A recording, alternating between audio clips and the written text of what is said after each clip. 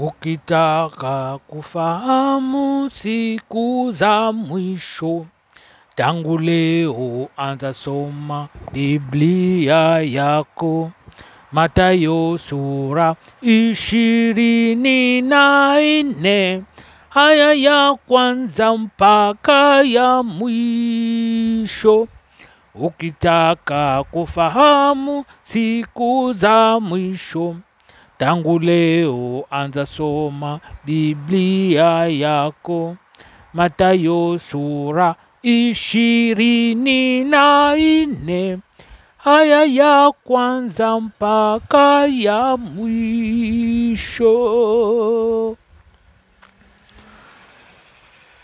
Ni wakati wa mwisho, ndugu zangu, ni wakati wa kuwa tayari katika neno la Mungu, tukipekua maandiko matakatifu yanayotusogeza karibu ya Mungu.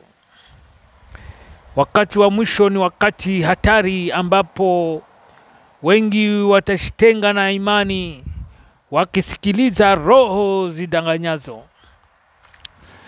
Kwa hiyo ni lazima kila mtu awe tayari na afungue masikio yake ya kiroho kama vile ya kimwili. Mwenyewe uwe dereva wa maisha yako kwa kujiendesha kiroho katika ulimwengu huu. Ndugu zangu, haya yote tunayosikia kuhusu siku za mwisho sio mchezo.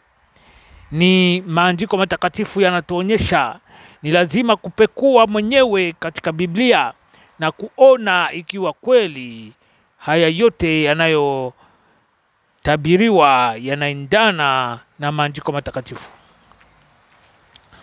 Neno la Mungu ni upanga ukatao kuwili. Kwa hiyo ni lazima tutambue hilo na tujue kwamba Mungu ni upendo, na kwa hiyo ndio maana anatuonya mbele wakati tukamate hatua. Ndugu zangu, sisi sio wazuri kuzidi vizazi vilivyopita mbele yetu, kama vile Sodoma na Gomora, kama vile wakati ya Nuhu na gharika. Nasi pia tumeambiliwa kuhusu kizazi hiki ikiwa hakitatii, ni lazima kipite katika mambo yatakayotisha. Na kwa hiyo wandugu zangu, tusicheze na dunia. Ni lazima tuwe karibu na neno la Mungu, tupende neno la Mungu. Maana tumeona kwamba vizazi vingi vimepita mbele yetu na vimetoweka, nasi pia tunaweza kutoweka. Lakini tujue makao yetu ni makao inayoelekea wapi. Ndugu zangu, Mungu awabariki na awape mwisho mzuri. Tukeshe kwa sala siku kwa siku na kuomba Mungu atupe mwisho mzuri, na tufungue macho ya kiroho tujue nini la kufanya na wapi na nini na wapi tunapaswa kuelekea kiroho. Mungu atubariki na tupe neema ya kuitambua nyakati tunazoishi.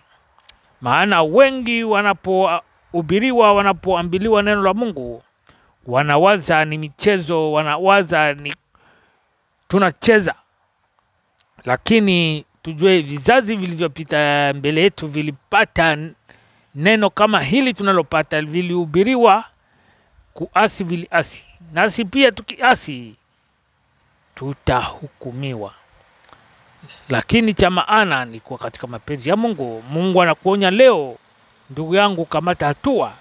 Yote unavyovifanya uviache ili uingie katika ufalme wa Mungu. Ni hayo machache. Mungu akubariki na kupe mwisho mzuri. Amina.